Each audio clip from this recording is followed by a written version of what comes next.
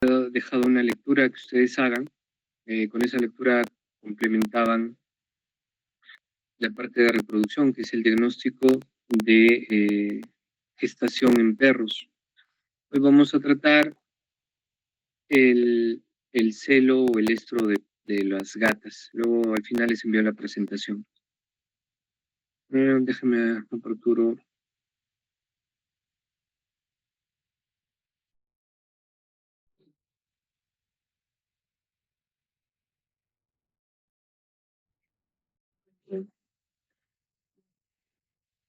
Bien, vamos a ver ahora lo que es el estro de las gatas.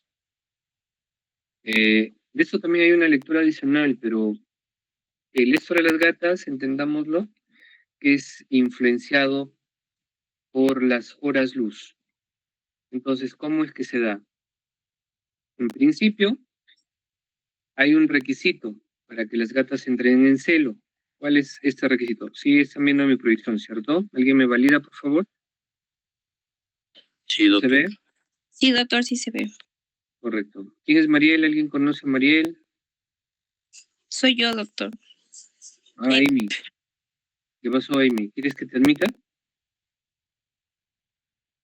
Sí, doctor, por favor, para poner en mi laptop.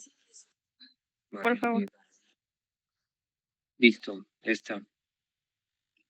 Bien, entonces, decíamos hace un momento, hay un requisito para que las hembras entren en celo. ¿Cuál es ese requisito? En principio, las horas luz. A eso se le llama fotoperiodo.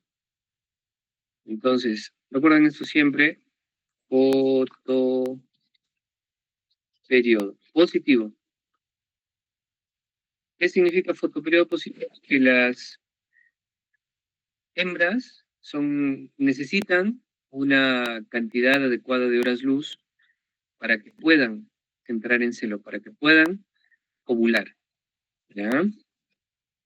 Creo que me distraen, alguien más, Anabela. Bueno, Anabela, después vemos tu lista y ahorita quiero hacer clase. Bien. Entonces, la gata doméstica alcanza la pubertad después de alcanzar el 80% de su peso corporal adulto. Ese dato hay que recordarlo. Este dato es muy importante. ¿Por qué? Porque las hembras, tanto caninas como felinas, requieren alcanzar un determinado peso para que puedan ciclar.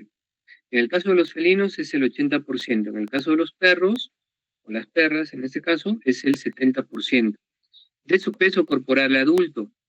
Pero recordemos que en el caso de los perros, más nos guiamos por la condición corporal, más que por el peso. Pero bueno, dicho eso, supongamos que tenemos una hembra canina de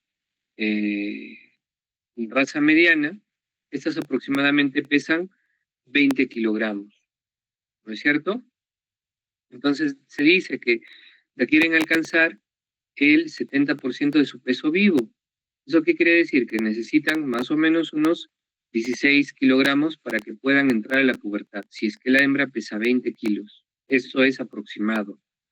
Y en el caso de los felinos, alcanzan, si es que alcanzan el 80% de su peso corporal adulto, es que entran en la pubertad. ¿Ya? Entonces, de repente esto no lo hemos tratado, pero bueno, las edades de los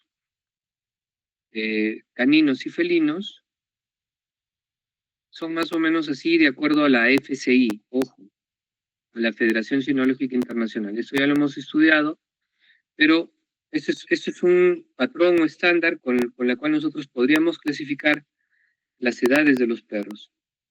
Entonces, según la FCI, recuerdan ustedes que esto es la Federación, bueno, se me va la tilde y luego lo colocamos, Federación Cinológica Internacional. La Federación Cinológica Internacional nos dice que las edades de los perros, Cinológica Federación, nos dice que los perros ya tienen básicamente una edad que se llama bebé. Bebé es de 0 a 3 meses, ahí se le llama bebé. Luego viene la etapa de cachorro. Cachorro es de 3 meses, un día, hasta los 12 meses. Ojo, esto puede ser variable dependiendo también del tamaño del perrito. ¿Por qué? Porque los perros de talla más chiquita alcanzan la pubertad más tempranamente que los perros de talla grande. Los perros de talla grande, su pubertad es tardía. ¿Y cuándo es que alcanza, cuándo es la pubertad? Bueno, es el primer sangrado de la perrita o cuando el macho empieza a marcar territorio. Eso no se olvide. Bueno, entonces, acá también le falta una tilde.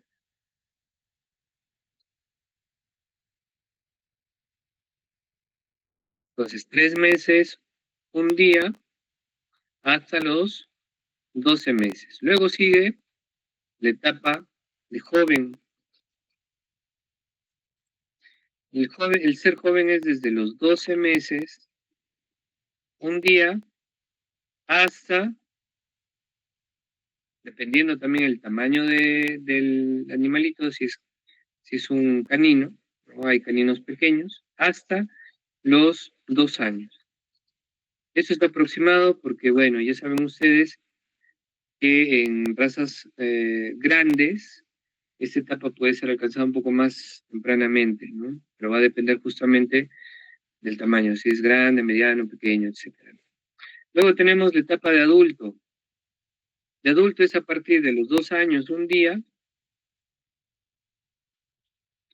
hasta, hay varios textos que, bueno, nos dicen que la edad geriátrica, perdón, que la edad adulta es hasta los 5 años, ¿ya? Eso va a depender del autor, pero esto nos guía un poco en la estimación de la edad. Y luego tenemos la etapa de animal anciano, que es la etapa geriátrica, que es a partir, dependiendo también del tamaño del animalito, desde los 5 años en adelante. Bueno, esto con razas grandes. Con razas pequeñas, generalmente ellos entran en la etapa de senectud a partir de los 7 o 9 años. ¿Ya? Entonces, aquí está lo que conversábamos la anterior clase con respecto a un poco a que los animales más pequeños viven más que los animales más grandes. Y esto justamente es por condiciones genéticas, ¿ya? Entonces esto de aquí nos sirve un poco para estimar la edad. Hay otros estándares en cuanto a la edad. Por ejemplo, esto lo dice la FCI, pero hay otros estándares que solamente utilizan la de cachorro, la de joven, adulto y geriátrico. Ya no consideran la edad de bebé. Entonces, cachorro es desde que nace hasta el año. Ya eso en otro tipo de clasificación. Pero esto de aquí lo establece la FCI. Muy bien. Bueno, entonces decíamos que el felino necesita alcanzar el 80% de su peso corporal y esto es que debe tener un peso de 2,3 a 3,2 kilogramos, ¿ya? De peso vivo entre los 6 y 9 meses de edad. Si no llega a este peso corporal, va a ser bien difícil que ovule, que empiece la pubertad. Entonces, un requisito para que alcance este peso, pues es obviamente que la nutrición, o sea, que coma bien y adecuadamente. Y en los gatos, dentro de las raciones alimenticias, ¿qué tiene que ver? Ellos lo utilizan como un aminoácido. ¿Cuál es? La taurina. Por eso es que ustedes habrán visto, todos los suplementos alimenticios tienen taurina, pero ¿dónde se encuentra esto? En la carne roja. ¿Ya? Entonces, los felinos utilizan la carne roja para sintetizar taurina. Y esta sustancia es importante en la reproducción y es importante en la gestación. Si no tiene taurina, los fetos pueden nacer débiles o hasta incluso, en algunos casos, con anormalidades. Entonces es importante que se tenga en cuenta esto. ¿Ya?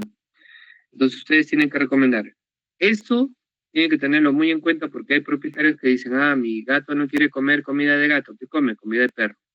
O el perro come comida de gato, al revés. Entonces no podemos mezclar las alimentaciones o las dietas o las croquetas de una especie a la otra. ¿Por qué? Porque los requerimientos y los componentes son totalmente diferentes. Le estamos haciendo un daño a cada especie si es que permitimos que esto suceda.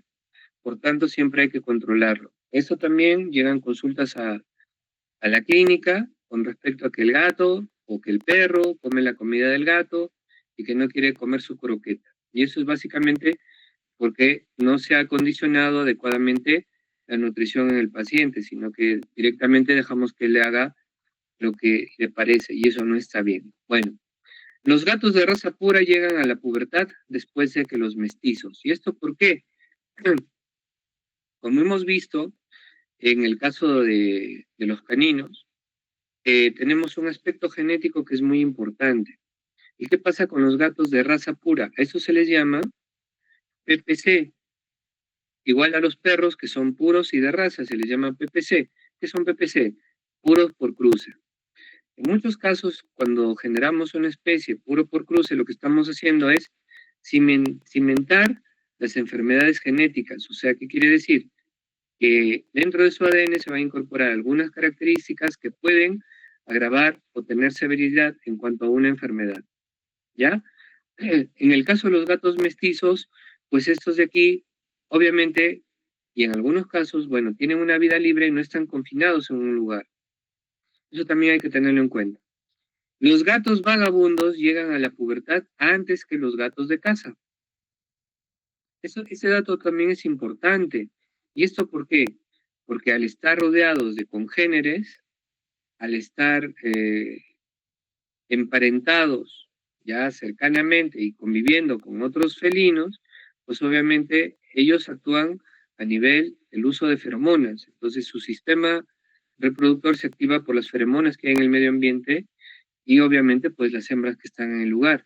Y esto hace que lleguen a la pubertad más tempranamente que los gatos de casa que probablemente estén confinados en un solo lugar y otras condiciones como por ejemplo la esterilización y otras que pueden influir en que lleguen a la pubertad.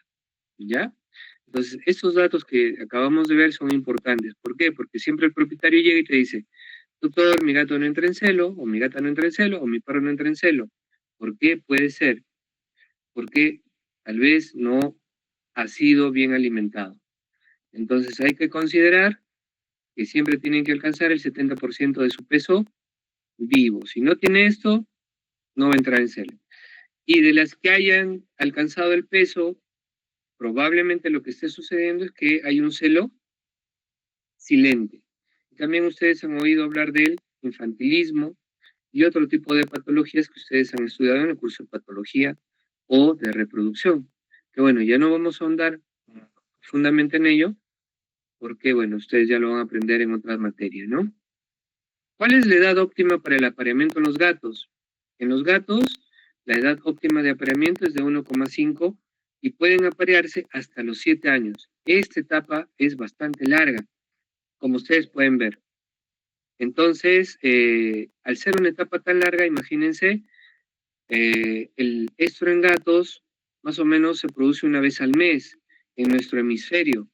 Entonces, ¿qué pasa? Tenemos una etapa muy larga y un número enorme de camadas de felinos, que ya sabemos que tienen multiovulación, que el ciclo estral es en ellos corto y que pueden parir en un tiempo de entre hasta los 63, 66 días en promedio. Entonces, imagínense ustedes, luego de que pare, la etapa del puerperio es muy corta, y es que ustedes recuerdan, el puerperio es la etapa donde se reacondiciona el útero vuelve a su estado natural, de lo que está muy dilatado, regresiona, es la regresión uterina y la expulsión de de líquidos y residuos que puedan quedar en el útero. En este periodo en el gato es corta. ¿Por qué? Porque su ciclo estral lo permite. En la perra, este puerperio puede llegar hasta los 45 días. En algunos casos, en perros grandes, gigantes, puede llegar hasta los 60 días. Entonces, más o menos ustedes ya con eso tienen un indicativo de lo que sucede con las hembras en el caso de gatos y en el caso de perros. Bueno, las hembras mayores de 7 años a 8 años tienden a tener ciclos irregulares. ¿Y esto por qué se da? Por la edad. La edad hace que disminuya el ciclo reproductivo y van disminuyendo las características fisiológicas en todo sentido.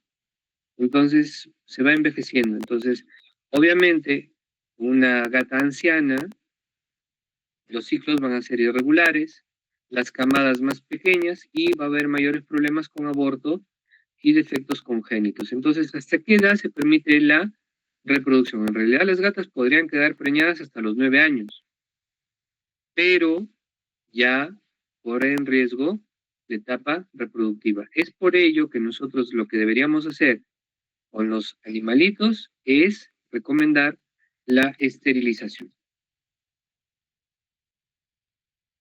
Entonces, lo que deberíamos hacer es esterilizarlas. ¿Por qué esterilizarlas? Bueno, imagínense y saquen su cuenta acá. ¿Cuántas camadas puede tener en su vida una gata? Imagínense, unas por cada año. Por cada año vamos a tener más o menos, el año dura 12 meses, la gestación son 2 meses, entonces vamos a tener un mes, entonces sería cada 3 o 4 veces al año. Lo multiplicamos por 7, va a tener 28 partos en su vida, y por cada parto no es que nazca uno, nacen 5, 6, dependiendo pues obviamente de cuántos óvulos haya tenido, pero generalmente las camadas son numerosas. Entonces imagínense ustedes multiplicar 28, ya en el mejor de los casos por 4, 28 partos por 4, son 112 felinos que van a estar probablemente desatendidos o botados a su suerte, ¿no? Eliminados a su suerte o abandonados a su suerte. Entonces es por ello que es importante motivar la esterilización. ¿Por qué? Porque esto tendría que convertirse también en un tema y un problema de salud pública. Bueno, eso también ustedes tengan en cuenta. Miren, el periodo de celo en los gatos es continua. Cada 2 o 3 semanas entran en celo. O sea, pasa 3 semanas, entran en celo. Eso quiere decir, como les decía, que en un mes, perdón, en un año, van a tener 12 celos. Si es que no quedan preñadas. Se citan 2 épocas especialmente en nuestras latitudes. Bueno, desde septiembre a marzo, pero la realidad es que prácticamente la frecuencia de los periodos de celo en las hembras es frecuente e ininterrumpida durante todo el año. ¿Esto qué quiere decir? Que vamos a tener celos 11 veces al año. Entonces ya se podrán imaginar ustedes que esto se convierte en un serio problema. Yo atiendo todos los días gatitas, gatos también, y la recomendación es mejor esterilizar, ¿ya? Por las condiciones que hemos comentado. Las gatas, en general, suelen encontrarse en celo 2 o 3 veces al año, que también ya lo hemos dicho, pero esto se refiere a una clasificación en el hemisferio, ya sea norte, muy al norte, o muy al sur, como en el caso de Tierra de Fuego. ¿Por qué? Porque en esas zonas, como la gata es influenciada por el fotoperiodo, entonces allá, en estas zonas, hay meses en donde no hay luz, todo es oscuro, ¿no es cierto? Entonces, ¿qué pasa? Pues no reciben ese aporte que justamente estimula al celo. Por tanto, en donde ocurra 6 meses de luz y 6 meses de oscuridad, pues obviamente ellos van a ciclar ese número de veces durante ese tiempo y en estas áreas, ¿no? En Tierra de Fuego, por ejemplo, que está al sur de Sudamérica y comparte tanto Chile como Argentina, ahí hay 6 meses de luz, 6 meses de oscuridad. Entonces, básicamente se ve influenciada por el fotoperiodo. En nuestra localidad, en las ciudades, donde las gatas viven en departamentos bien calefaccionados y bien alimentadas, son factores favorables para la aparición de algún celo fuera de temporada, básicamente lo que les decía, ¿no? Como estamos en el hemisferio y cercanos, en el hemisferio sur y cercanos a la línea ecuatorial, nosotros aquí, básicamente, vamos a tener una etapa de celo casi prolongada una vez al mes. Bueno, vamos a ver ahora las fases del ciclo estral. Esto, bueno, ya ustedes lo han tratado también en el curso de reproducción, me imagino que lo han tratado en el curso de ginecología, me imagino que también han visto algo de eso en el curso de histología, por tanto, ustedes conocen bastante del tema, y una de las fases del ciclo estral es el proestro. El proestro es la etapa inicial del celo, ¿ya? Esta etapa inicial generalmente es muy corta, y esta antecede al estro.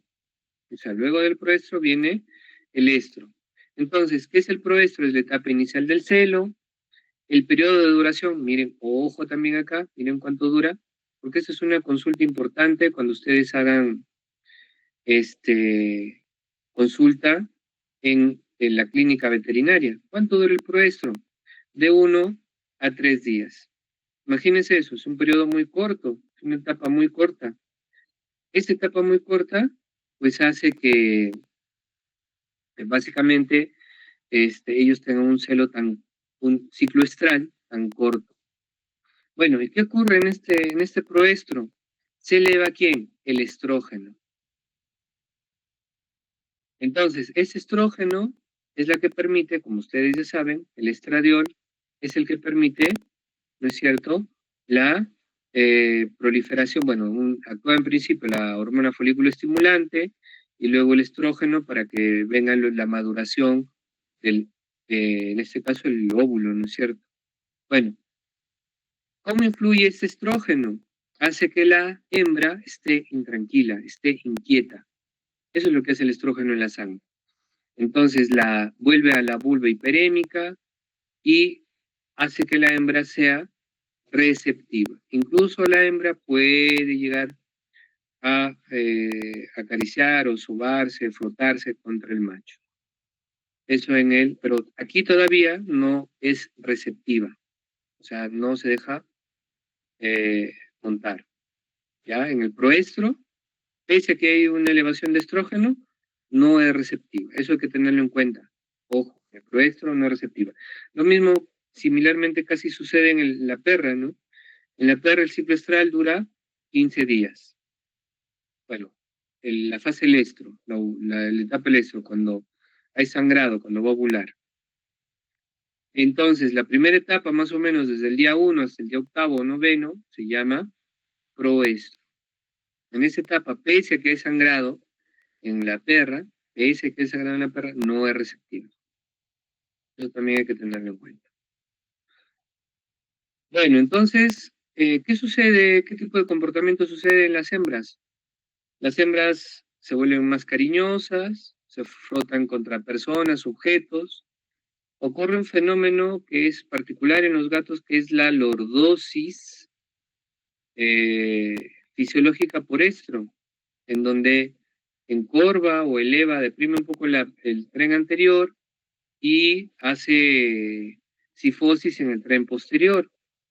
Esto de tal forma que atraiga al macho, incluso expone los genitales. La orina tiene un olor especial. Bueno, obviamente ellos utilizan la feromona.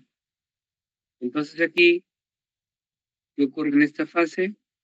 Interactúa o ocurre la producción de feromonas para atraer al macho.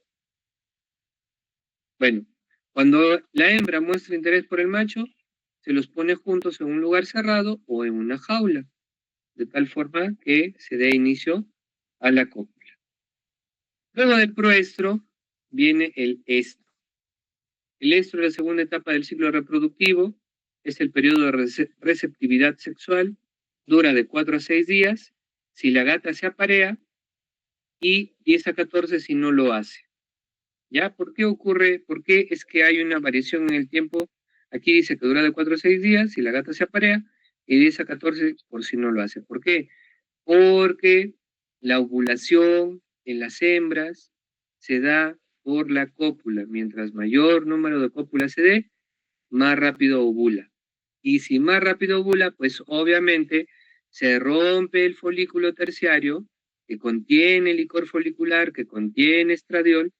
Entonces, ese pico de estradiol que la genera las características o el comportamiento sexual va a disminuir. Por eso es que si la gata se aparea, este periodo es cortito. Por la razón que les he contado, es justamente porque el licor folicular al ovular desaparece, ¿no? El estrógeno baja. ¿Y qué ocurre de 10 a 14 si no lo hace? Pues obviamente el estrógeno se mantiene con picos sostenidos, por eso es que dura más. Bueno, la gata adicionalmente genera o hace maullidos más fuertes y suenan como si el animal en realidad estuviera sufriendo. Este tono de voz hace que se atraiga a los gatos. Muy bien. Bueno, la gata al principio rechaza al macho, este se retira, pero en instantes vuelve a intentar tener contacto. ¿Y qué ocurre durante la cópula? Bueno, la hembra se vuelve receptiva, levanta, acá es lo que les decía, que levanta el tren, aquí, deprime el tren anterior y levanta el tren posterior para exponer los genitales. Bueno, y aquí hay un movimiento de remo, el macho aquí la monta, el movimiento de remo es el movimiento de vaivén, de atrás hacia adelante. Y este aspecto también es importante, miren, el macho, ya, en felinos, al tener varios contactos con la hembra, estimula la ovulación. Entonces, es dependiente la ovulación de la cópula. Mientras más veces tenga contacto, va a ovular más veces. Y esto también se da en los leones. El otro día estaba leyendo un artículo científico que hablaba sobre que el león para tener un hijo o una camada, ¿no? Tiene que montar más o menos unas 1.500 a 2.500 veces. Bueno, es increíble eso, pero hablaban de este número de veces que tenía que tener contacto. Eso es, en esta especie, bueno, que está desapareciendo un poco, estoy hablando de los leones, pues eso es, digamos, vital para preservar su especie, ¿no? Bueno, aquí vemos parte del comportamiento. Recordemos, bueno, acá no lo menciona, pero recordemos la constitución del aparato genital masculino en los machos, tiene espículas, eso ustedes lo han visto también en anatomía. Recordando un poco, bueno, estas espículas y la forma que tiene, que es de flecha en el glande, es cuando hace la cópula, es que ingresa y como está dilatado, está distendido, estas espículas generan daño en el gatito o en la hembra. Y es por eso que ella, al sentir dolor, pues al final terminan en unas peleas, pero terribles, ¿no? Bueno, luego tenemos el interestro. ¿Qué es el interestro? Es la etapa posterior al estro. Entonces, ¿qué ocurre en el interestro? Las gatas tienen estros múltiples y fases repetitivas de receptividad sexual. Las fases de actividad sexual se relacionan con oleadas de función folicular separadas por periodos de inactividad de breve, inactividad sexual.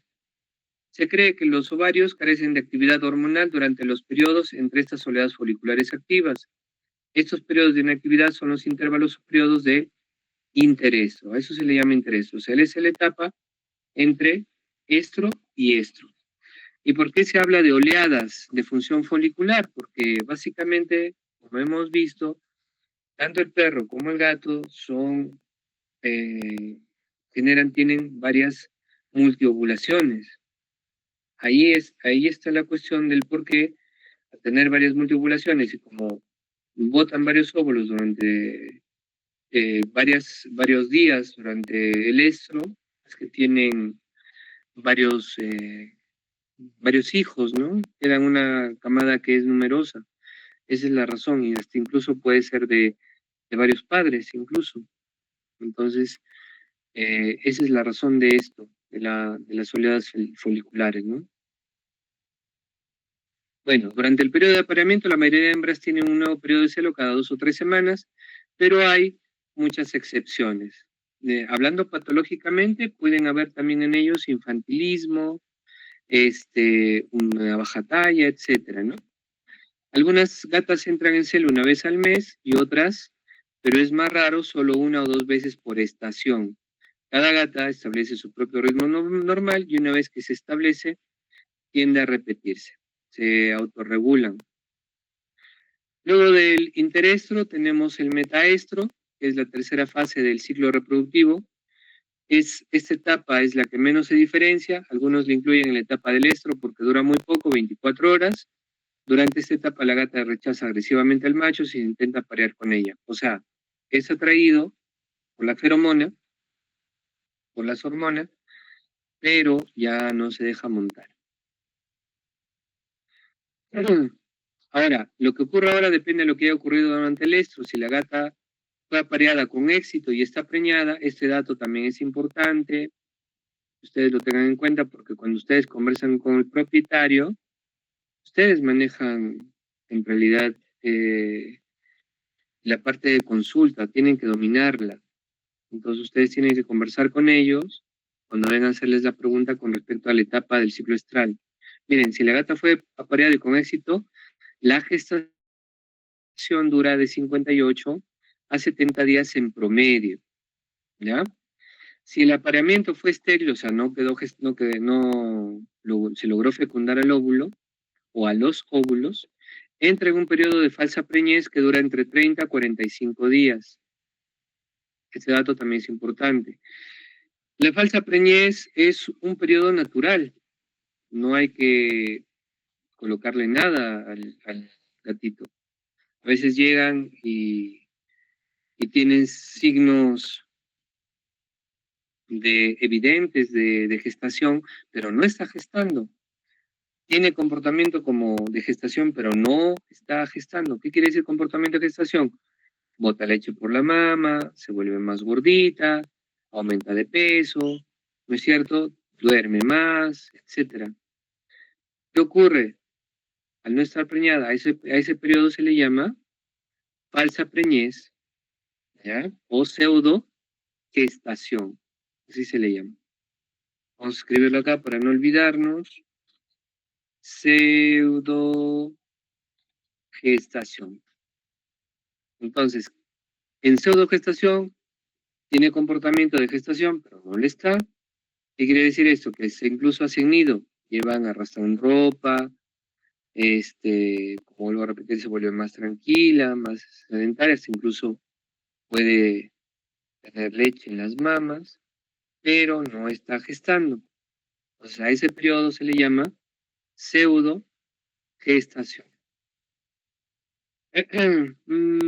Bueno, ¿y qué ocurre si es que no se apareó en un periodo de inactividad sexual que dura de 48 a 28 días, perdón, de 14 a 28 días?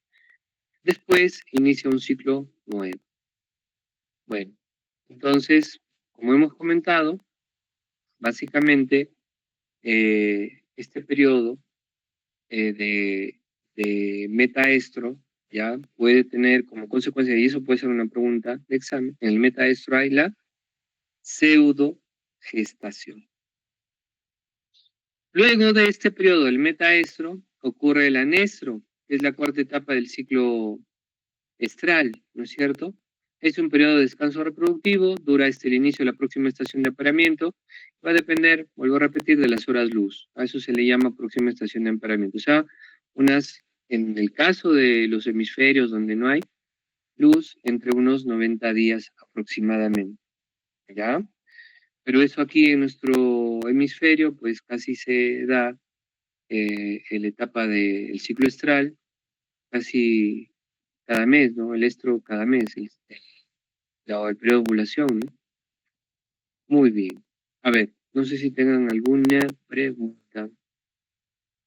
Tenemos 56 en el 2. A las 10:03 de la noche. ¿Hay alguna pregunta? Porque si no parece que yo estoy hablando como loro aquí. No, doctor. Claro, levanten la mano por favor y pueden preguntar.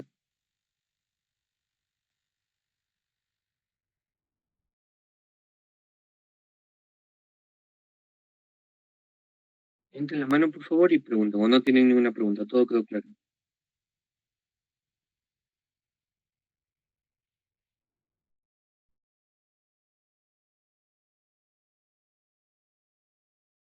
¿Hay preguntas?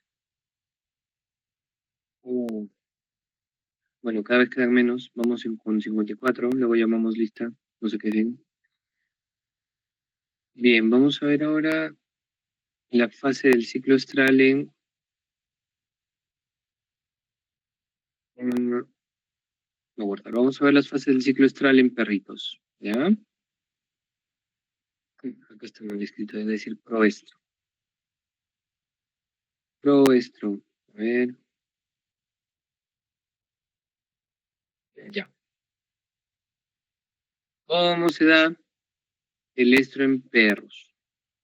Bueno, el estro en perros va a depender del tamaño del animalito, si es grande, si es mediano, si es chiquito.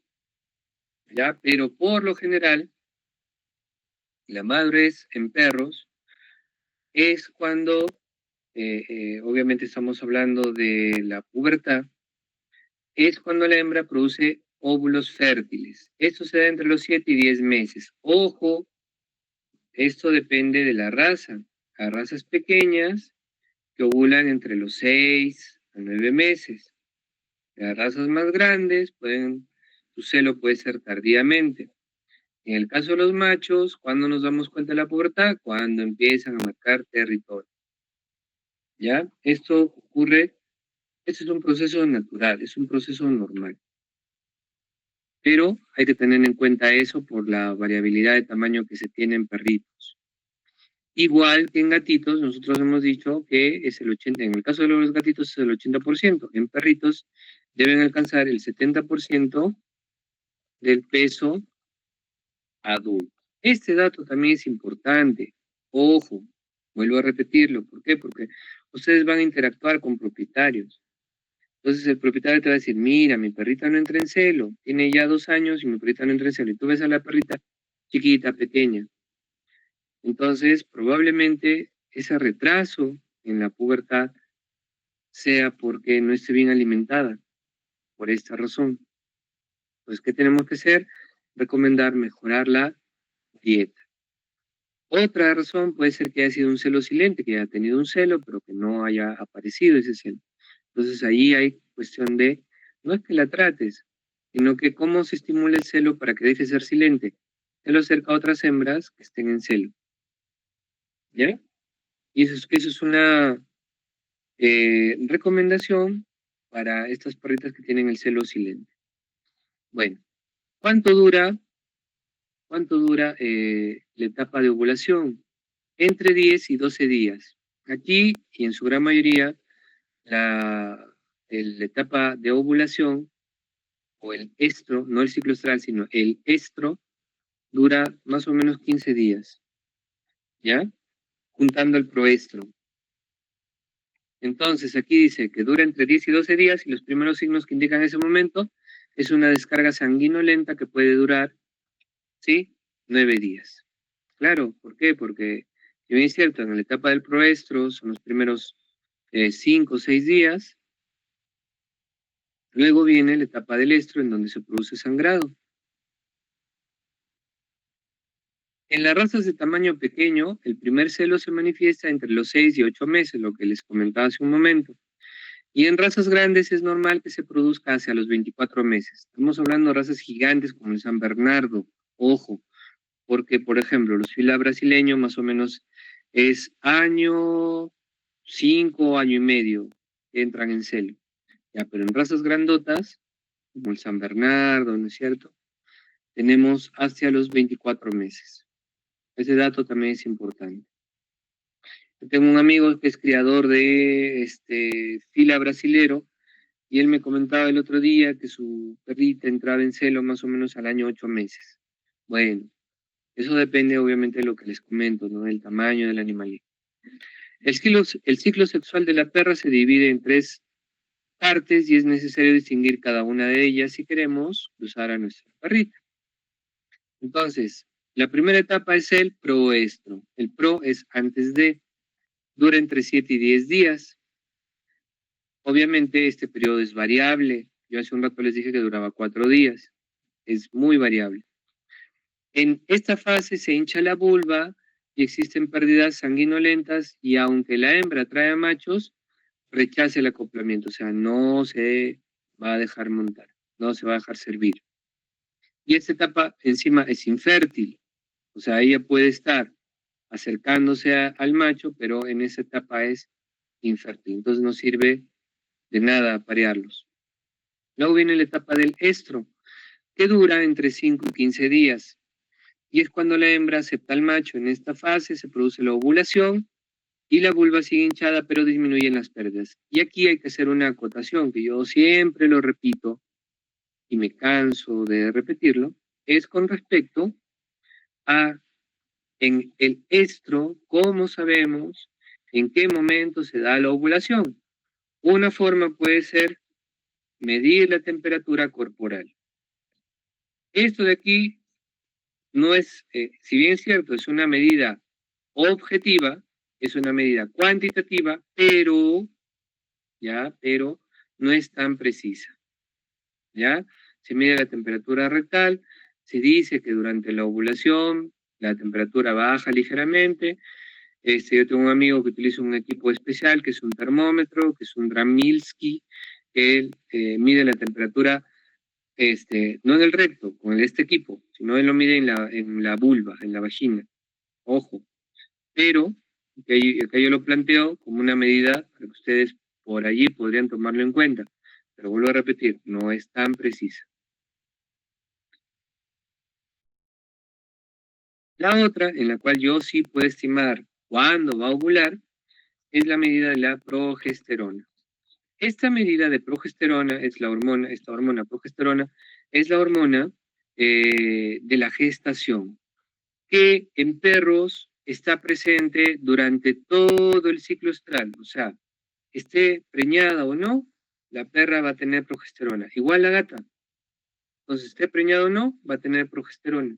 Por eso es que esta hormona, y eso me había olvidado de comentarles cuando vimos lo de la gata, esta hormona está presente, como está presente en todo el ciclo estral, esta hormona, ya, esta hormona lo que me genera también es la pseudogestación. Eso quiero que ustedes lo tengan en cuenta y también lo sepan analizar, discernir, memorizar, aprender para no conversen con los propietarios. Grábense porque eso es una consulta diaria. O sea, llegan siempre a consulta diaria. Ustedes a partir de lo que aprendan aquí, bueno, lo poco que van a aprender aquí, van a poder hacer consultas a los propietarios, dilucidar, eh, aclarar dudas a ellos, porque en muchos casos no son criadores, sino que ellos vienen preocupados por la salud de la mascota y acuérdense que ahora la clínica de pequeños animales es importante para consulta porque el perrito se ha vuelto como un miembro más de la familia, ya no es un perro que está en la esquina, no, sino que ya el perrito es como que el hijo, ¿no? Yo tengo clientes vienen y me dicen, soy la mamá, soy el papá de Chester, soy el papá, y yo pienso, ¿Chester es mi alumno? No, Chester es el perrito. Entonces, hasta ese punto hemos llegado. Chester, yo tengo Mac, un paciente, tengo el otro que se llama, Fido, etcétera, ¿no? Bueno, la progesterona nos indica el momento de la ovulación, ¿ya? ¿Cuánto es lo normal en perros estando preñados y no? 4 nanogramos por mililitro. Esto yo quiero que ustedes se lo graben también porque, fíjense, la progesterona tiene picos sostenidos durante todo el ciclo estral. Pero ¿qué ocurre durante la ovulación? Esta progesterona pasa de 4.000 nanogramos, pasa a 5 o hasta 6 nanogramos por mililitro. Y aumenta sostenidamente, puede aumentar hasta 12 durante la ovulación. Entonces, pero cuando ya tenemos picos de 6, es que está ovulando. Entonces nosotros aquí en el consultorio, en Medivet, en la clínica que tengo, también hacemos medición de progesterona a pedido del cliente. Pero es importante que se tenga en cuenta que esta medición de progesterona siempre se la tiene que hacer más o menos al día octavo, como hemos considerado aquí, o noveno del estro. ¿Por qué? Porque si la hace antes, pues no va a llegar a 6. Probablemente el pico sea de 4 o probablemente menor a 4 y no vamos a determinar la ovulación. ¿Y qué vamos a recomendar? Volver a hacer el test de progesterona para indicar en qué momento se produce la ovulación. Eso también nosotros tengámoslo muy en cuenta, por favor, ¿ya? Muy en cuenta. Porque este test, si bien es cierto, te permite determinar el momento de ovulación, pero en algunos casos se tiene que hacer 2 o 3 veces. ¿Por qué? Porque no ha sido el momento adecuado en el tiempo para que tome la muestra y estimar la ovulación, ¿ya? Entonces hacemos medición de progesterona. Ya, el test de progesterona podría resultarnos caro y algunos propietarios no tienen el dinero. ¿Qué podemos hacer? Bueno, de repente hacemos citología. Pues con citología, eso me imagino que hay una práctica que lo van a hacer con los doctores correspondientes y si no, lo veríamos en una clase. Es bastante simple de hacer. ¿Qué se hace? Es un Papá Nicolau. En ese Papá Nicolau, ¿en qué consiste? Bueno, de repente ustedes han escuchado esto en el caso de humanos, ¿no? Se toma un hisopo, se lo introduce en la vulva y se extiende en una lámina y se observa en el microscopio. Y así estimamos también el momento del estro. No tanto de la ovulación, pero sí del estro. Y a partir de ahí nosotros ya tendríamos y diferenciamos en qué fase está, del proestro o del metaestro, y estimamos adecuadamente la etapa estral, y allí donde nosotros hacemos la inseminación. Ya la inseminación generalmente se tiene que hacer interdiario a partir del día 9º, 11º, 13º, 15º, varias veces para lograr éxito en la inseminación. Yo en lo personal, bueno, no lo hago. Nosotros aquí en la clínica más hacemos diagnóstico clínico, pruebas y bueno, también cirugías, pero en el tema de la inseminación, es cierto, es un proceso sencillo, pero no es que también no se requiere higiene, que tiene que ser, es un proceso higiénico, tienen que utilizar guantes y demás, hay gente que lo hace directamente, y eso, bueno, también te podrás contagiar de cualquier cosa, ¿no? Entonces recuerden esto, progesterona, la temperatura y mediante citología. Bueno, el metaestro dura entre 110 a 140 días y está marcado por el rechazo de un nuevo acoplamiento. Este periodo corresponde al de la gestación, el parto y la lactancia en las perras que ya se han apareado. Bueno, aquí yo les voy a escribir la gestación, discúlpenme, ahí le falta una tilde, bueno, para que no piensen que no, y lleva tilde, exactamente, ¿ya?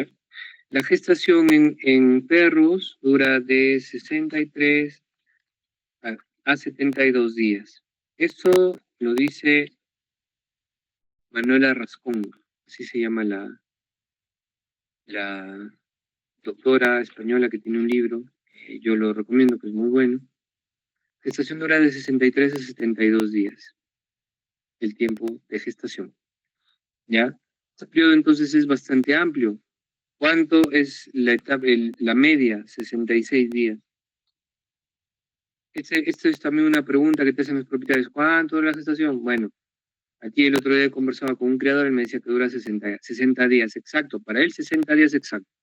Yo le decía, no, son 66 el promedio. Pero me decía, acá son 66 días. Claro, puede ser, que en los perros, pastor alemán o en los perros que tú tengas, puede ser que se haya un poco estandarizado, pero también tienes que tener en cuenta que esto es variable. ¿Por qué? Porque pueden haber sido 2 o 3 servicios, me refiero a las montas, o pueden haber sido solamente. Si es una, bueno, es aceptable, pero si son varias, puede extenderse hasta 72 días, ¿ya?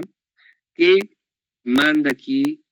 ¿Qué nos indica el momento exacto del parto? Pues la temperatura. Ustedes lo han leído en la lectura que les he dado, me imagino. Entonces, la temperatura marca esto. ¿Por qué? Porque la temperatura del perro, la normal, debe ser de 38, como han visto ya el documento que les he dado de anamnesis, hasta 39,2. Pero cuando la perrita baja su temperatura a 37 grados Celsius, es que, como ha pasado de 38, 39 a 37, esta baja de la temperatura nos indica cuándo va a parir, ¿ya? El parto viene de 12 a 24 horas posterior a la bajada de la temperatura. Ojo, no estoy escribiendo la temperatura normal en perros aquí, para los que estén distraídos. No, estoy escribiendo que cuando disminuye la temperatura, viene el parto. Entonces, este periodo corresponde, ya, el de aquí, de 63 a 72, al periodo de gestación, el parto. ¿Cuánto dura la lactancia? ¿Cuánto dura la lactancia en perros? Va a depender de cuándo se realiza el destete.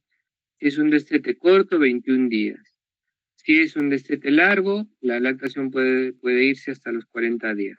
Bueno, es un periodo muy largo, pero ¿por qué es que se debe destetar ya, como máximo a los 30 días? Porque los perros ya tienen, los cachorros, quiero decir, tienen dientes completos en la dentadura y por ello es que los van a morder a la mamá y ya nos va a querer separar, ya nos quieren ni ver, ya, porque lo muerden y lo lastiman. Pero algunas hembras todavía toleran y aceptan la lactación hasta los 40 días. Y esta etapa corresponde o tiene más o menos relación con la etapa de puerperio, que hemos dicho hace un momento que varía o puede llegar hasta los 45 días posparto. Es el puerperio, el reacondicionamiento o la reabsorción uterina. ¿Ya? Bueno. El anestro, su duración es variable y corresponde al periodo de descanso sexual. Y aquí en el anestro ocurre en hembras el periodo de pseudogestación. ¿Por qué? Porque la hembra canina, durante todo su ciclo estral, tiene progesterona.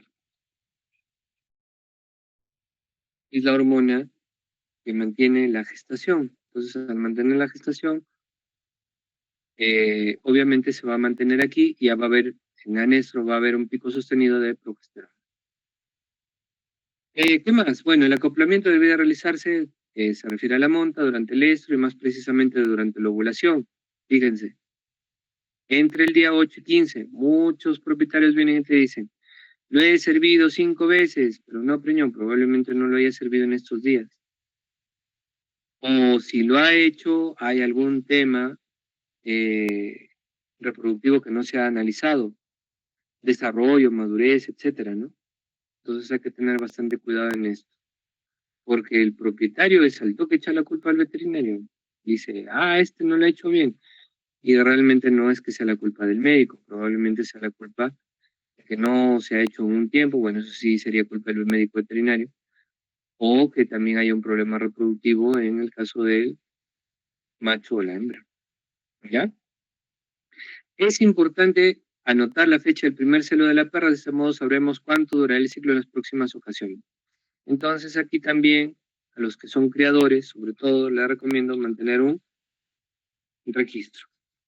Ya yo, bueno, no soy perfecto en cuanto a las consultas que hago, a veces se nos va algunas ideas, pero siempre, siempre tratar de dilucidar todas las dudas que tenga el propietario para que tengan claro lo que va a hacer con la mascota. Ustedes, mientras mayor información, no sobre medidas, sino información que sea clara, directa, porque en algunos casos el propietario no entiende términos técnicos, por eso es que hay que utilizar palabras simples con ellos, hay que hacerles algunas recomendaciones para que tengan claro lo que va a pasar con su mascota.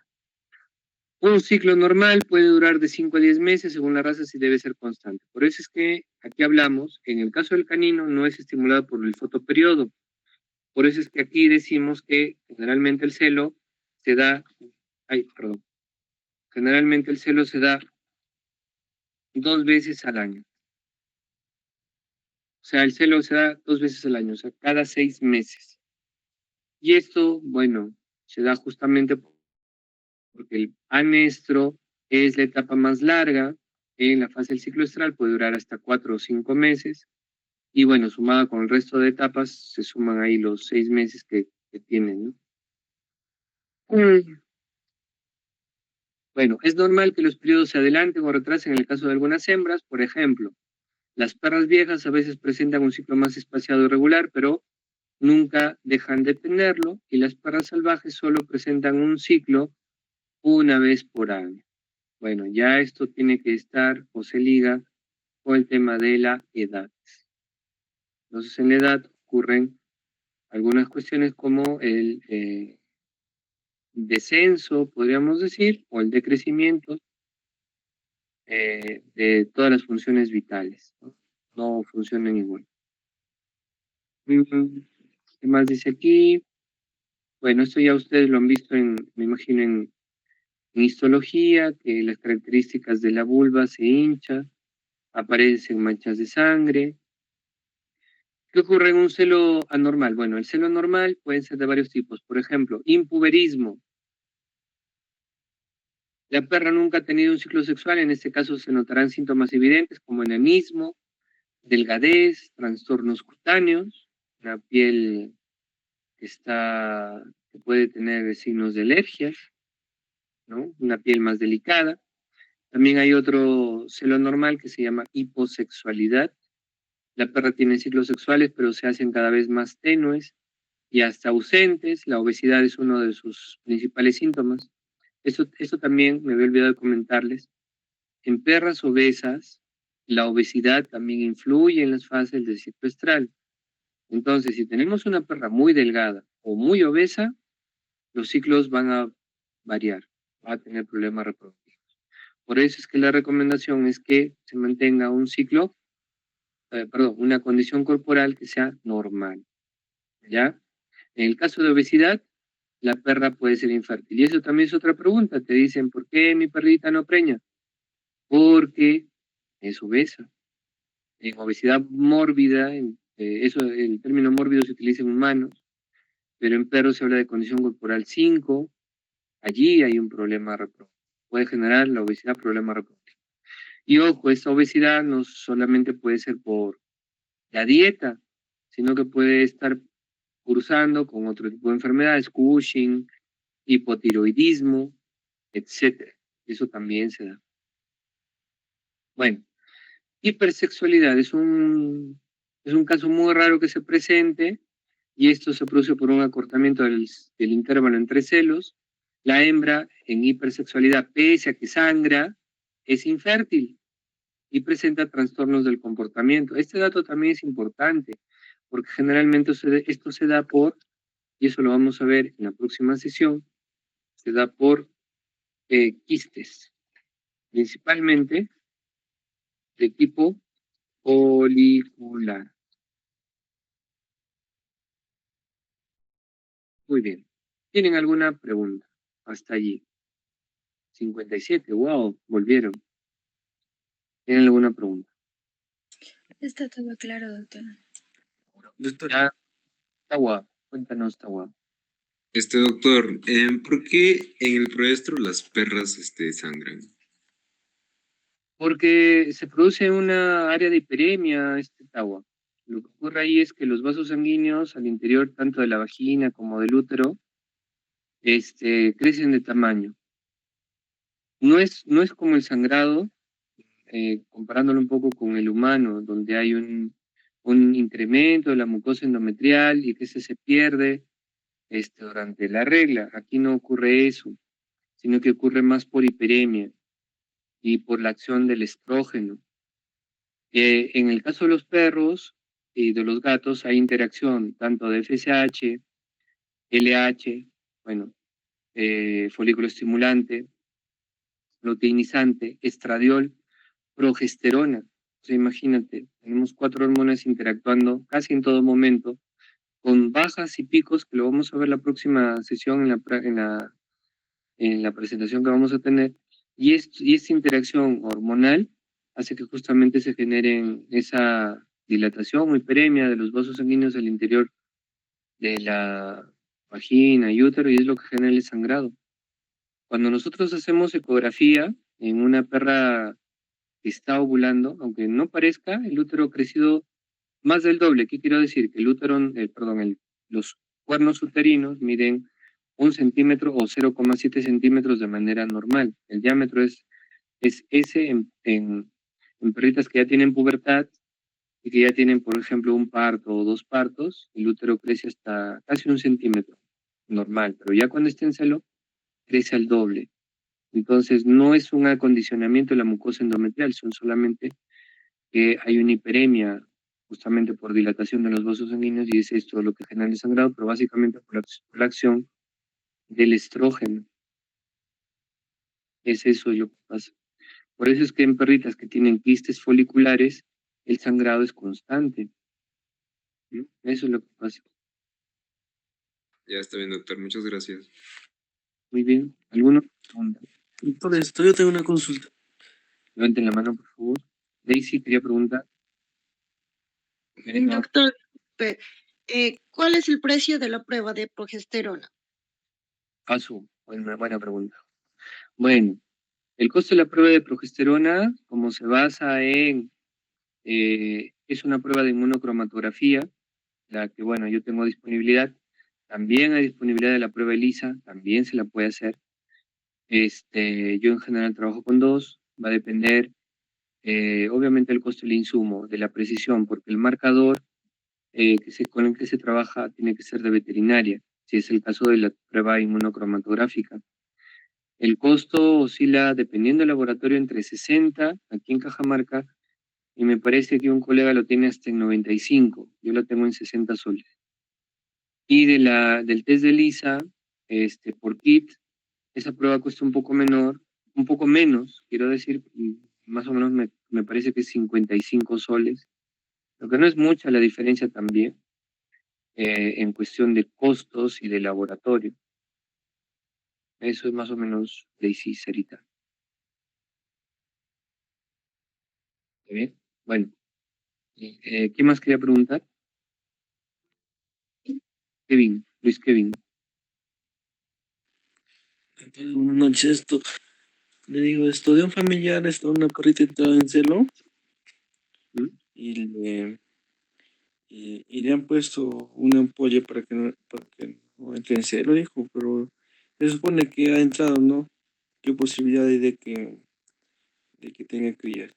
Porque luego después se acoplar con un perro, dijo, si normal esto tendría crías o no. Ya, bueno. Va a depender mucho, Luis Kevin, de la ampolla que le hayan colocado. Generalmente son 2 tipos de hormonas. Una de ellas es el estrógeno o el estradiol y otra de ellas es un análogo de la progesterona. ¿Qué pasa al utilizar esos 2 tipos de hormonas? Generalmente el estrógeno se utiliza, te dicen, ¿no? Que lo utilices en la fase sangrado, así te dicen. Entonces, supongamos que el perrito montó la hembra justamente en la fase de sangrado. ¿Qué pasa aquí? El estrógeno va a empezar a actuar y va a generar obviamente pues mayor sangrado. Entonces, lo que va a ocurrir aquí es que el óvulo probablemente no se implante y salga allí. No es como una píldora del día siguiente. Lo que sucede aquí también es un riesgo. El riesgo va en el sentido de que les decía hace un momento, contestándole un poco la pregunta a Tawa, era que la perrita tiene interacción hormonal. El ciclo hormonal en los animales es bastante fuerte. Interaccionan LH, FSH, estrógenos, progesterona, de manera conjunta. Si no, no se da, ustedes han leído la lectura. Si es que no hay esta interacción, no se da la ovulación. Entonces, supongamos que en el caso de tu paciente hayan utilizado estrógeno. Entonces, justamente en esta etapa ocurre un descenso de estrógeno. En la etapa de ovulación ocurre un descenso de estrógeno.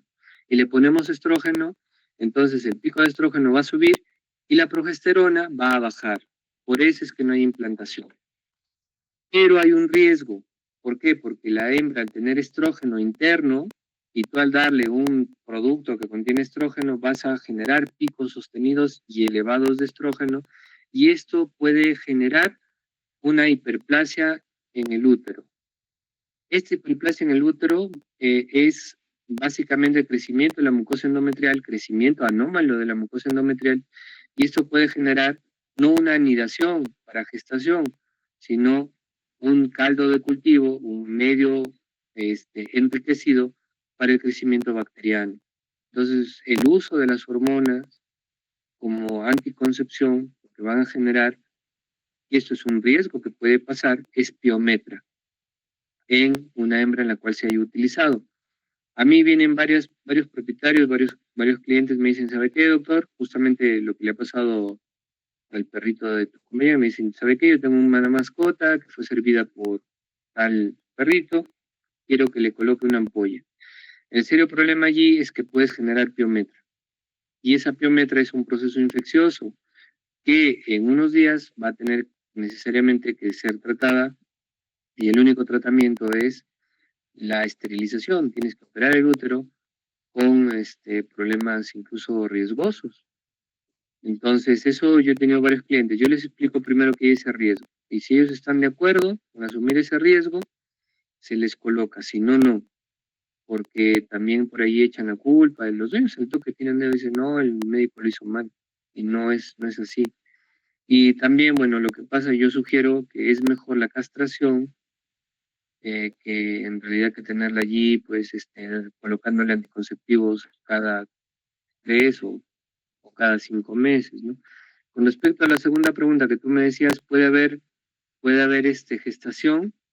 Bueno, esto no lo sabemos, pero ha habido casos en donde, digamos, no se ha realizado la aplicación de la hormona adecuadamente y la hembra, o mejor dicho, el óvulo se implanta fecundado y puede dar origen a fetos, ¿no? Eso, ¿cómo lo sabemos? Mediante ecografía. Se le hace la ecografía al mes y a través de eso determinamos. Pero bueno, de acuerdo a la seguridad del ampolla y si el médico ha utilizado un buen criterio, pues no va a pasar esto. Lo que sí podría pasar es que pueda ser piometra. Así es. Ay, doctor. Esto lo que le han aplicado es anestrol. Ya, no tengo ahorita, a ver, vamos a buscar qué es anestrol. ¿Tienes ahí el inserto? Porque yo utilizo el finestrol. Anestrol felinos dice, bueno, vamos a ver, me imagino que es lo mismo. Lo dice, bueno, anestrol inyectable. Bueno, finestrol es el que yo uso. Acá me sale más finestrol, no anestrol. No sé, de repente está disponible como marca, pero Sí, sí. Finestrol es, doctor. Mm, vaya, ese es el que yo uso. No conozco el finestrol. El finestrol es estrógeno, es estradiol. Entonces eso es lo que puede pasar, una piometra. Así es. Muy bien. Bueno, Daisy.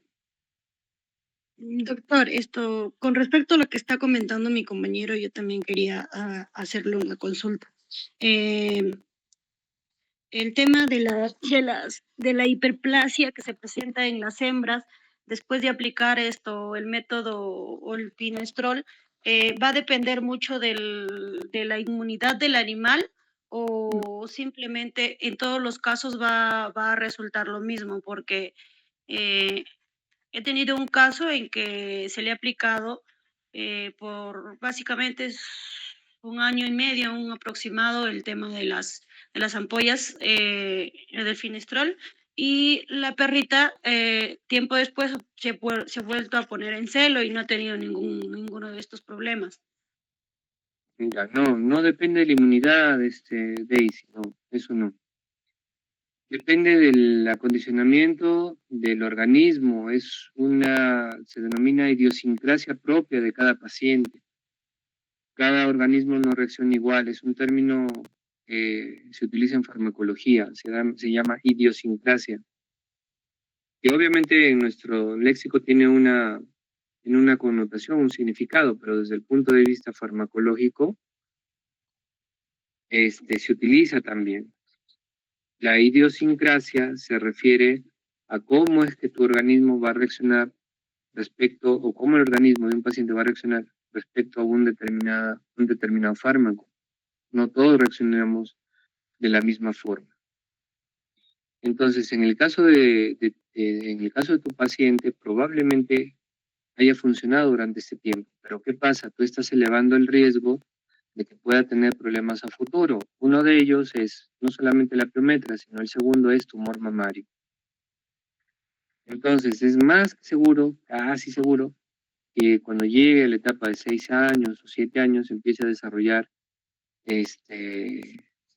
adenoma mamario, pues. Y ese es el tema con el uso de anticonceptivos. Yo también les explico a los propietarios que este es el riesgo de utilizar por tanto tiempo anticonceptivos, ¿ya? En el caso de perritos, adenomas o tumores mamarios. Por eso yo no los recomiendo. Cuando yo utilizo estradiol acompañado de otro tipo de hormonas para, no sé, iniciar o reiniciar el ciclo estral en perros, pero directamente como anticonceptivo no, que por el riesgo que ocasiona. A la larga, vuelvo a repetir, el riesgo se eleva casi hasta un 90% con el uso de anticonceptivos para el tema de adenoma o incluso para el tema de piometra.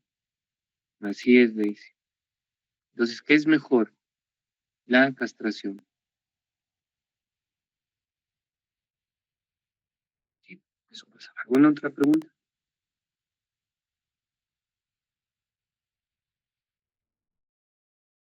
Pregunten, hijos, pregunten.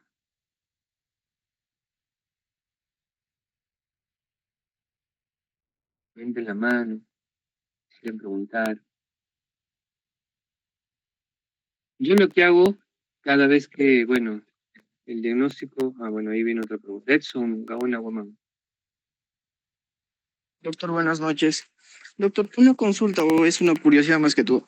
Supongamos que tenemos una perra que va a entrar a su primer servicio.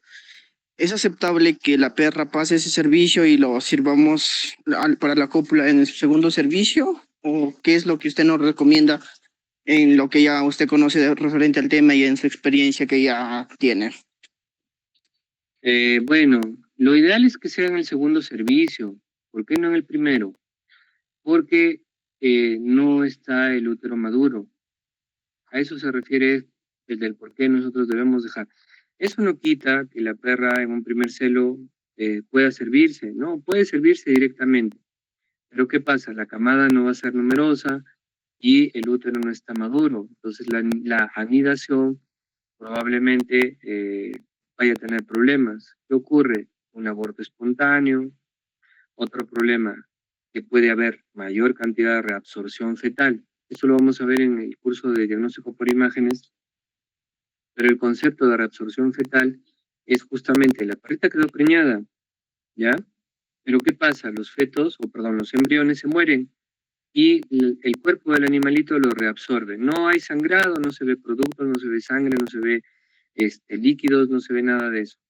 Simplemente que estuvo preñada y llega al mes y estos mueren y se reabsorbe lentamente. ¿Y esto por qué? Porque el útero no estaba preparado. Entonces, para justamente lograr productos que sobrevivan durante la gestación, me refiero a cachorros, ¿no es cierto? Es mejor en el segundo celo. Por eso es la razón del por qué se deja pasar el primero. ¿Ya? Doctor, y entonces si se deja pasar primero adicional a ello, ¿qué se le podría colocar? ¿Algún medicamento, algún protocolo, algún tratamiento? Yo lo que recomiendo es que la hembra siempre tenga una adecuada nutrición, un adecuado aporte de proteína, vitaminas, minerales. Y siempre lo que yo recomiendo es lo mismo que se utiliza en humanos, que ácido fólico, vitaminas del complejo B como suplemento, nada más. Con esto logramos que el cuerpo del paciente funcione de una manera más adecuada. Esa es la recomendación que yo siempre les doy. Básicamente una buena dieta, ¿ya? No sobrealimentarlo, sino que me refiero ¿a qué me refiero con buena dieta? Una buena ración que contenga, pues, proteína, minerales, vitaminas, grasa en proporciones adecuadas justamente para el organismo del animal. Eso puede ser elaborado en una dieta casera o puede ser también un alimento comercial. Bueno, no quiero entrar en detalles con el tema de la elaboración de la dieta casera, porque por eso hay tablas de formulación de dieta.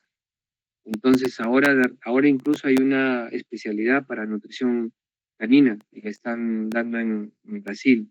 Entonces, imagínense, ahorita ustedes pueden crecer aún más por esta área. Yo más me dedico al tema de diagnóstico y ahorita, bueno, estoy con cardiología. Pero más allá, ustedes pueden hacer una especialidad. A mí esta parte sí me encanta porque tanto en perros y en gatos ustedes van a desarrollarse como médicos, pues como médicos como tal. No digo que en otras áreas no se desarrollen, sino que aquí ustedes pueden este, trabajar o responder a toda la parte que ustedes se han formado, farmacología, medicina, etcétera. Eso básicamente sería la contestación. Entonces, ¿qué recomiendo yo? En realidad no hay una fórmula que vendan en la farmacia que te digan, esto le puedes dar. No. Lo ideal es que su dieta sea en adecuadas proporciones de proteínas, vitaminas, minerales, grasa, carbohidratos. Y lo que sí yo recomiendo es complejo de vitamina B, no complejo B. Eso siempre. Y con eso, principalmente el ácido fólico, la biotina, para que la gestación se pueda llevar bien a cabo, ¿no? Eso es. Muy bien. Daisy. Doctor, una última consulta. Cuando la perrita esté en celo y si, claro, no se le ha hecho ningún servicio, claro, ¿no? Pero si tú aplicas el finestrol, ¿se le corta el celo? Porque muchas personas me han preguntado ese tema y no sabe cómo contestar. No. Tú le pones estrógeno y hemos dicho que el estrógeno que genera hiperemia, dilatación de vasos en perritos, ¿no? ¿Por qué? Porque es la hormona sexual que justamente pues genera este acondicionamiento uterino. Entonces, ¿qué va a pasar? Le colocas el finestrol y ahí nomás al poco tiempo va a entrar de nuevo en sangrado. O sea, va a generar sangrado básicamente Daisy. Pero ese sangrado, ojo, no es, no tiene ovulación, no es un sangrado. Es lo que ocurre cuando tenemos quistes foliculares. Hay sangrado, los perros lo siguen. Está un año sangrando la perrita y no sabemos por qué. No es tumor de ciclo, ojo. Los perros lo siguen, pero ya no se deja montar, no es receptiva, o sea, no hay ovulación. ¿Ya? Tania, Doctor, ¿me escucha? sí, ahora sí. Ya, doctor, yo quisiera saber cómo se podría hacer, por ejemplo, hay una perrita que está en desarrollo, ya más o menos tiene año y medio y no entra en celo. Al auscultarla, al sacar exámenes, descubrimos que no tiene un desarrollo completo de los ovarios. ¿Se podría eso solucionar con medicamento o ya? Ah, que supongamos que la perrita ya tiene infantilismo. ¿A eso te refieres? Sí. No, es bien difícil ya tratar el infantilismo porque ya no han desarrollado adecuadamente. Entonces, ¿qué se debe hacer en este sentido? Bueno, la recomendación para todos los perritos, ¿no? Castrarlo, porque no hay desarrollo y tampoco ya va a desarrollar ni con hormonas. Es un tema, son problemas reproductivos que se dan. Entonces ya no cabe nada más. Ya. Incluso no va a quedar preñada.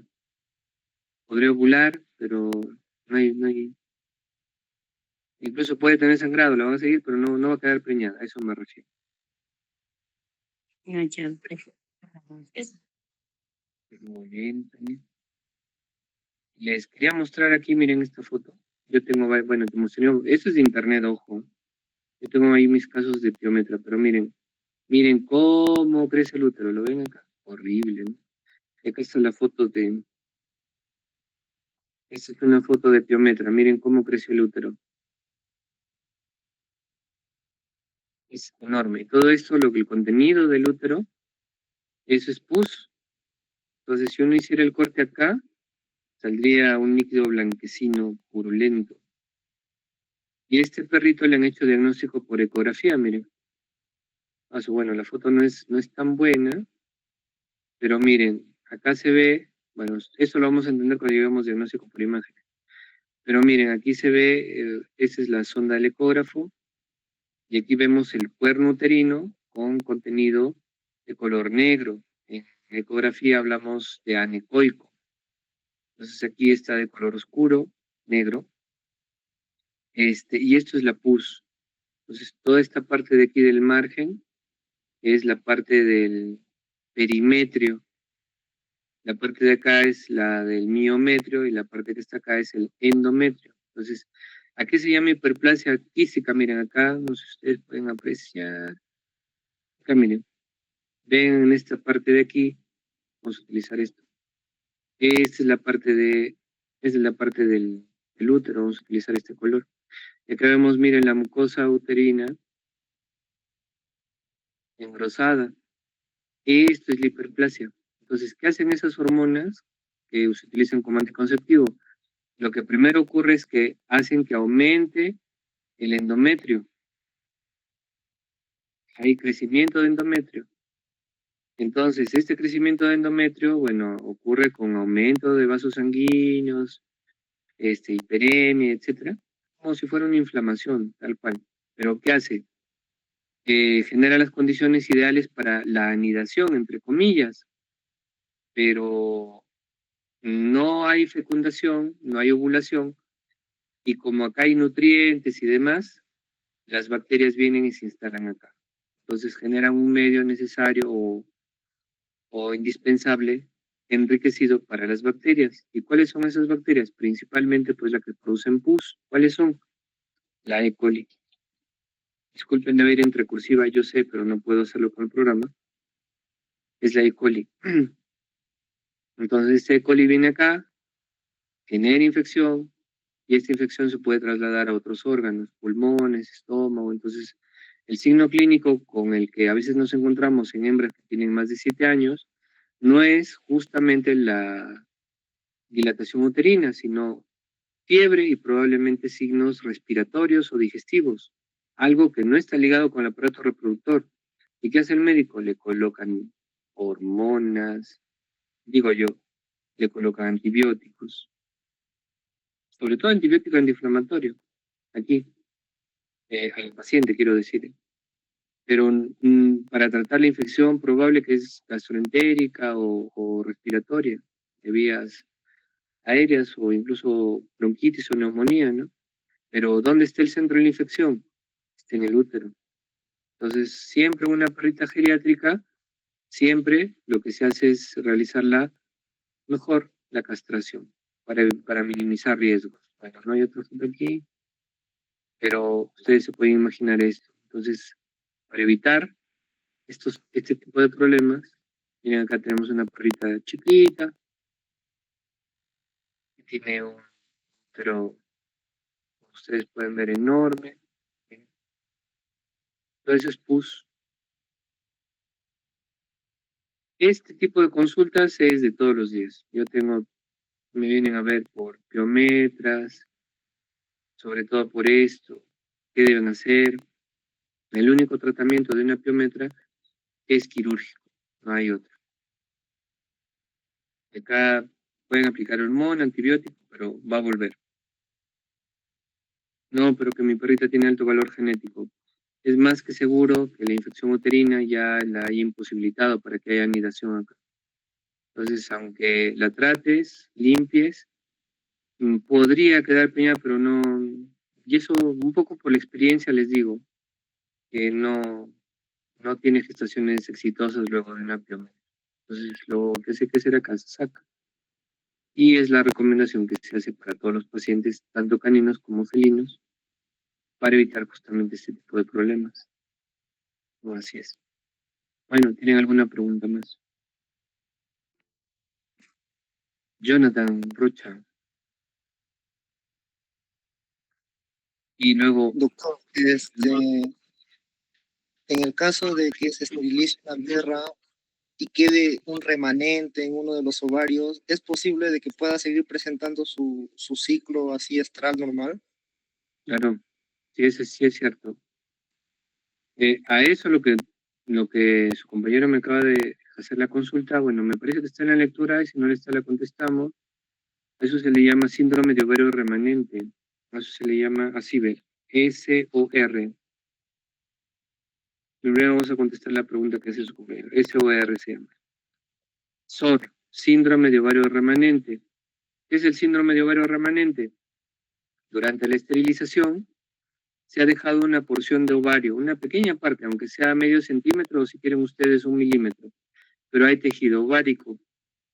Entonces ese tejido ovárico es el que va a generar celo. ¿Por qué? Porque las hormonas estrógenos y demás, incluso la prostaglandina, no necesariamente se produce ya sea en el útero o en el ovario, sino que el estrógeno también tiene áreas en el útero, en los conos uterinos, en donde se produce. Entonces, al dejar un pedacito de cuerno uterino o al dejar un pedacito de ovario, en el caso del ovario vamos a tener el síndrome de ovario remanente. ¿Qué quiere decir esto? La hembra vuelta en celo, sangrado, la montan los machos, pero ya lo operé hace 2 meses, sí, pero han dejado un pedacito de ovario. ¿Y eso cuándo ocurre? Cuando el corte, para hacer la cirugía le hacen chiquitito. Yo tengo colegas, y no está mala, no es una crítica a ellos, ojo, no está mal, esa es parte de la técnica que ellos han desarrollado. No tengo aquí una foto de un corte, pero bueno, vayamos a este punto de acá, a ver, ya, este de aquí creo que nos puede servir en algo. Ya, miren, acá tenemos los ovarios, los cuernos uterinos, ¿no es cierto? Son 2. Acá tendríamos justamente, bueno, la cervix, etcétera, ¿no? Pero en algunos casos, los colegas, y bueno, yo tengo un amigo que hace un corte chiquitito, que por ejemplo lo hace aquí así, justo por debajo del ombligo, así, 1 centímetro hacia el corte acá. ¿Qué pasa con esos cortes? Si yo tengo una paciente obesa, en algunos casos la paciente obesa con condición corporal 4 o 5, al hacer un corte pequeñito tengo que traccionar y jalar la piel y los músculos y irme hasta detrás del riñón. Entonces tengo que empujar y hacer fuerza. ¿Qué sucede? Yo llego acá y no saco todo el ovario. Entonces, eso ocurre justamente en pacientes en los que se ha hecho un corte muy pequeñito en la zona de cirugía. Eso para ellos puede estar bien. ¿Por qué? Porque el propietario siempre te pide, no, ¿sabe qué? Yo quiero un corte pequeñito para mi perrita, para mi paciente. Está bien, pero ¿es adecuado? En algunos casos no, porque si tengo un paciente obeso yo tengo que tener la seguridad de que tengo que sacar todo el ovario y todo el útero, porque si dejo un pedazo de útero también me va a generar problemas. Piometra de muñón. Entonces no solamente tenemos síndrome de ovario remanente, sino también la piometra de muñón. Cuando hay piometra de muñón, más que seguro que han dejado un ovario. Entonces, el corte en pacientes, dependiendo del tipo de pacientes, tiene que ser grande, aunque no lo quiere el propietario, es que es así. ¿Por qué? Porque si no vas a tener justamente ese error y se te va a complicar. Ahora, yo he asistido a varios cursos y capacitaciones. ¿Qué te dicen los cirujanos? Es de grandes cirujanos hacer grandes cortes. ¿Qué quiere decir esto? Que tú tienes que, en el caso de nosotros, abrir, exponer bien el órgano que tú vas a extirpar para que luego no tengas problemas. Bueno, como les digo, yo tengo colegas que lo hacen, incluso yo lo reto en algunos casos, les digo, ya que no haces una ovaristerectomía en 10 minutos. A que sí, me dicen. Y lo hacen en 10. Pero justamente puede haber ese riesgo de que puedan dejar un pedacito de ovario. Entonces siempre hay que tener cuidado. ¿Ya? A todos nos puede pasar, ojo. A todos nos puede pasar. Nunca nadie, ya les he dicho, quien se equivoca es siempre el que hace algo.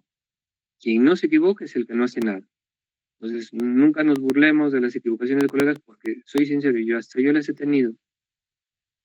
Pese a que yo tengo años más que ustedes y tengo mayor conocimiento, me puedo equivocar, nos puede pasar a todos. Entonces, nunca nos mofemos de lo que pasa, ¿no? Porque en realidad a todos nos puede pasar. ¿Y qué tal si te pasó a ti como doctor? Ah, ¿no que eras el mejor? Sí, pues, ¿no? Pasa en los humanos, en médicos humanos y en todas las profesiones. Pero siempre hay que buscar, tratar de hacerlo lo mejor posible. Muy bien, no sé si contesté su pregunta. Sí, doctor. Gracias. Félix Leonardo nos está preguntando, para interrumpir la tentación, bueno, ¿a qué te refieres de tentación? ¿El uso de prostaglandinas, tentación o qué era? ¿El celo será? Ah, para interrumpir la gestación. Ah, correcto. Ya, claro, se utiliza prostaglandina. Sí, es cierto. Aunque está contraindicado, yo tengo algunos textos que contraindican el uso de prostaglandinas por el sobreefecto que puede producir en una perra. Es mejor los agonistas dopaminérgicos, como la carbegolina, por ejemplo. Pero bueno, es cierto, la prostaglandina sí interrumpe la gestación en perros. Es el mismo efecto que ocurre en todas las especies. O sea, ¿qué hace la prostaglandina? Romper el cuerpo lúteo y luego se desencadena la eliminación de los productos, en este caso, bueno, de los fetos. ¿Qué consecuencias trae? Bueno, sudoración, puede traer aumento de la presión arterial, puede traer ruptura uterina, puede traer como consecuencia hasta, si excedemos de la dosis, muerte de la madre. Entonces, lo ideal es siempre utilizar dosis adecuadas de acuerdo al tamaño del paciente, monitorizarla durante el uso de la prostaglandina y con eso minimizamos los riesgos. Pero básicamente, esas son las consecuencias, ¿no?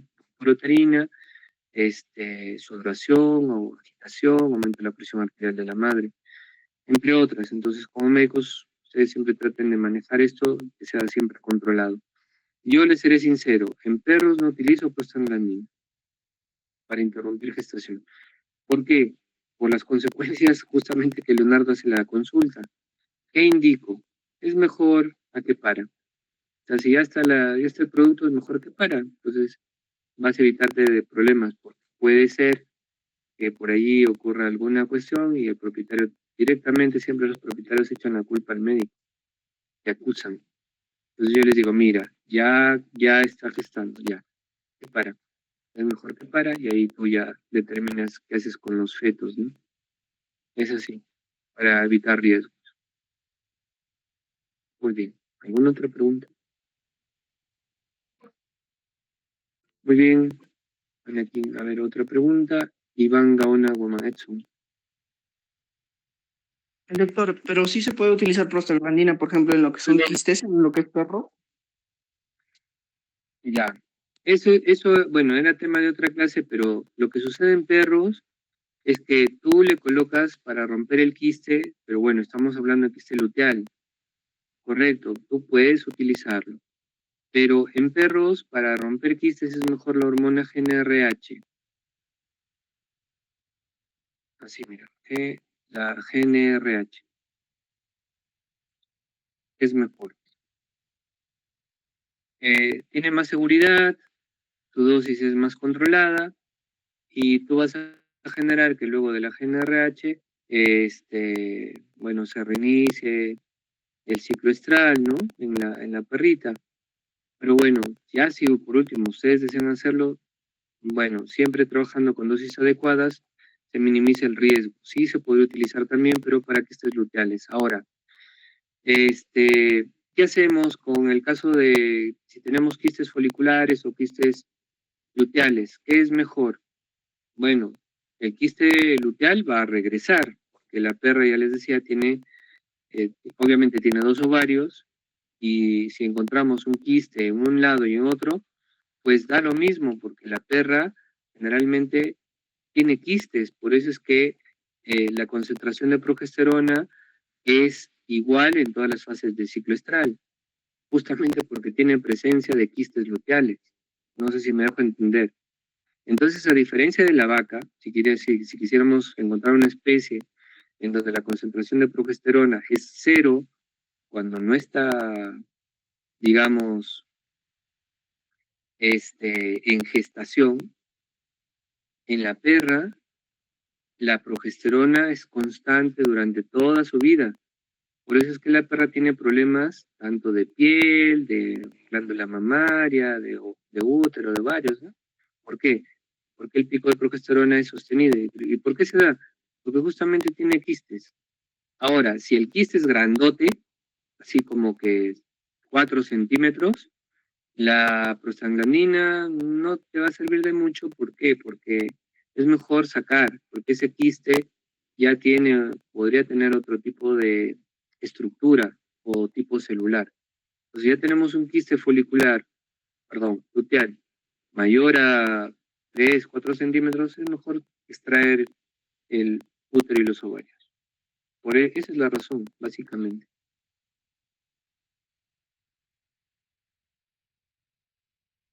¿Ya?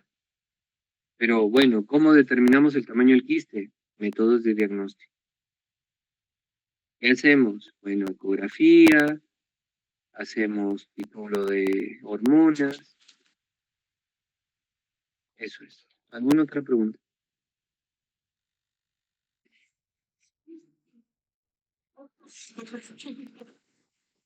Chilón, ¿quería hablar?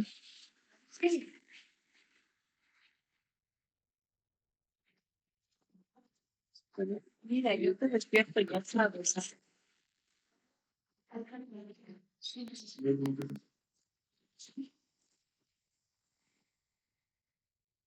vale, silenciamos. ¿Alguien tiene alguna otra pregunta? Muy bien, bueno, no hay preguntas. Este es un capítulo bastante interesante. Las dudas que ustedes han comentado, aunque no lo crean, la tienen también los propietarios. Y siempre vienen con estas mismas consultas y, bueno, conversan mucho, bueno, cuando vienen conmigo, con respecto a cuál es el mejor camino para elegir en el tratamiento, ¿no? Y lo ideal es básicamente algo simple, quirúrgico. En realidad, por tener tantos picos hormonales, estas 2 especies, lo que hacemos es mejor sacarles el útero y los ovarios. Es lo ideal para evitar problemas a posteriori como tumores mamarios o piometría. Entonces, esa sería la recomendación, y eso es porque es mejor esterilizar a una mascota que en vez de utilizar hormonas. Muy bien, bueno, ¿alguna pregunta adicional? Si no hay preguntas, vamos a terminar la clase. Voy a dejar de compartir. Muy bien, bueno, yo entiendo que estamos un poco atrasados. Yo ahorita lo comparto estas 2 presentaciones con ustedes. Nos vamos a juntar esta semana. Yo les aviso con tiempo, por favor, para ver si es que el lunes o martes hacemos otra sesión de recuperación hasta recuperar, me parece que son 3 clases que hemos perdido. Yo les voy a compartir ahorita las diapositivas para que ustedes las lean. Hay mucha más información, obviamente, en internet. Esto es solamente un resumen, que es lo básico, ¿no? Bueno, cuídense mucho, que tengan buenas noches. Listo, doctor, gracias. Cuídense mucho. Gracias. Buenas Buenas noches. noches. La doctora